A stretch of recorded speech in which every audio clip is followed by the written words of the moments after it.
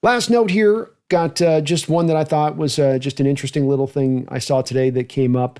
And this is because this is slightly impactful to the Seattle Seahawks. And that is that Titans quarterback Will Levis will be undergoing season-ending surgery on the right shoulder injury he sustained last year before further aggravating it, I can't say that word, later in the season. Levis has been unable to shake the discomfort in his shoulder still bothering him. Levis is, in the words of a source, dedicated to the return to be able to compete at the highest level possible. So I mentioned Will Levis because this is the guy that came out of that draft a couple of years ago that had the likes of Kenny Pickett and Desmond Ridder and Malik Willis and Will Levis. And many Seahawks fans at that time were very much pushed to say, we've just got to go get the quarterback now. This was right after Russell Wilson had left. We didn't know what we had in Geno Smith. People were really, really angsty a bit to try and go get this quarterback position filled. And it kind of didn't matter who it was. It was sort of like, this is just an open hole that has to be filled. It doesn't matter who does it. And John Schneider took a different path at that point and saying, no, I'm going to be purposeful with who I bring in and who I target. I'm not just going to throw a numbers game at this problem. I'm not just going to throw draft picks at this issue. I want it to be the guys that I have the conviction on in, that I believe in. And I want the timing to be right. I want the pick to be right for where we're taking that player. And in that draft, he didn't bite on any of those guys. And in not biting on those guys, he walked away with a really great draft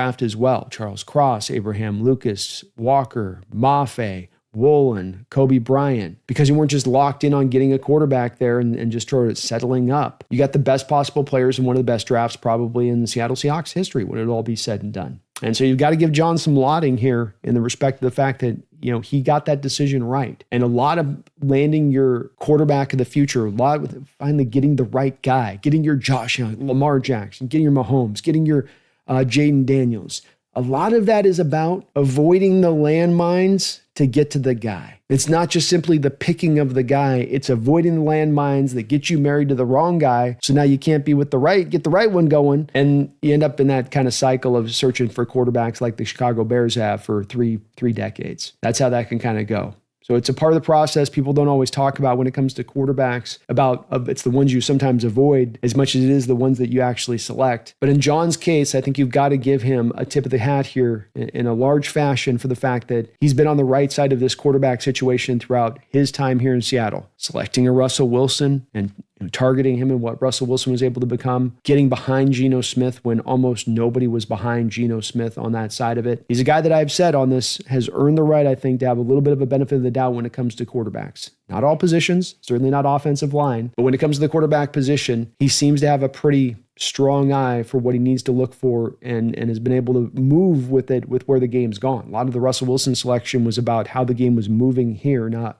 where it was, but where it was moving to as a sport and what the quarterback position was going to be required to do, namely using more of your mobility than ever before. And so in John on this one, I think we can definitely say there's a little bit of, from my perspective, in John, I trust, and that because of these landmines you were able to avoid, just remember how loud the voices were at that time. You got to take Malik Willis with that first round pick. You got to do it. You got to. If you don't do this, you're going to be in quarterback hell. Geno Smith, are you kidding me? He didn't listen. Stuck to his guns. And gives me a little bit of added optimism, I'll say, in addition to that, when it comes to Jalen Milroe and the hope for him as well. Because this does carry forward, even with some of my pessimism that does exist with Jalen, it does have a little bit of a silver lining to that when you consider some of John's track record in this department of things.